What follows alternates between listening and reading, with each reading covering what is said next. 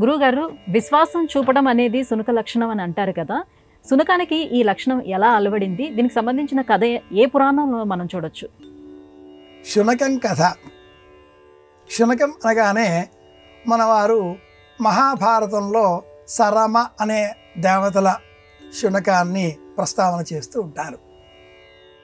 తల్లి కూతురు రెండు జాగిలములు మహాభారతంలో కనిపిస్తాయి. ఆ తల్లి సరమ. పూర్వం ఇంద్రుడు ఒక వ్రతం చేశాడు. ఆ వ్రతం పేరు గో యజ్ఞం.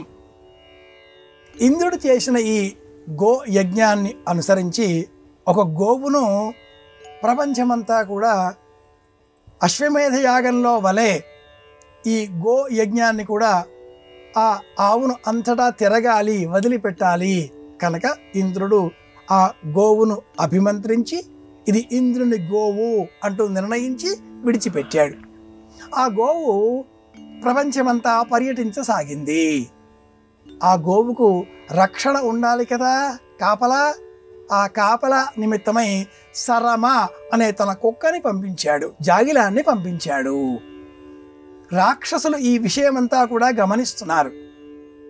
ఈ యజ్ఞం పూర్తి అయితే ఏ విధంగానైనా ఇంద్రుడికి మరికొన్ని కొత్త శక్తులు వచ్చి చేరతాయి అని గ్రహించిన ఈ రాక్షసులు అలా ఆ గోవు బయటకు రాగానే దాని వెంట రక్షణగా కాపలాగా వచ్చిన ఆ సరమ అనే ఆ శ్వానము జాగిలానికి బెల్లం ముక్క తినిపించారు.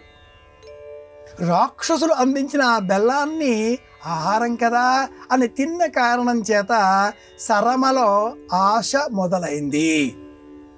ఆశ పుట్టుక ఈ కథ తెలియజేస్తుంది. ఆ ఆశ కారణంగా ఆ రాక్షసులు ఏది పెడితే అది తింటూ ఆ ఆశ మార్చుకొని విశ్వాసంగా మార్చుకుంది.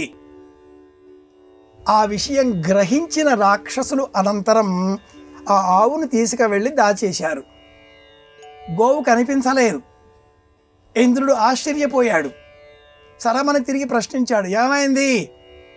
సరమ, నేను చూడలేదు, ఒకరోజు ఏదో ఆహారం తిని నేను నిద్రపోయాను, తెల్లారేసరికి నాకు ఆ గోవు కనిపించలేదు అంటూ మాట్లాడింది.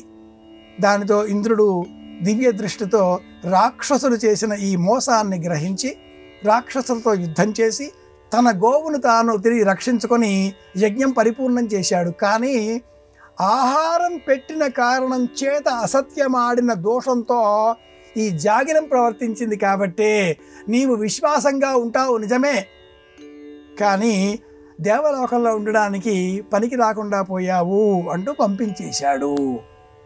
ఎవరు ఆహారం పెడితే వారి మాట వినే లక్షణం విశ్వాసం అన్నది ఆశకు పుట్టుక, విశ్వాసానికి పుట్టుకగా ఈ కథ తెలియజేస్తుంది. కాబట్టి ఈ సరమ లేక జాగిలం విశ్వాసం అనే ఈ కథ మనకు వరాహ పురాణంలో వస్తుంది.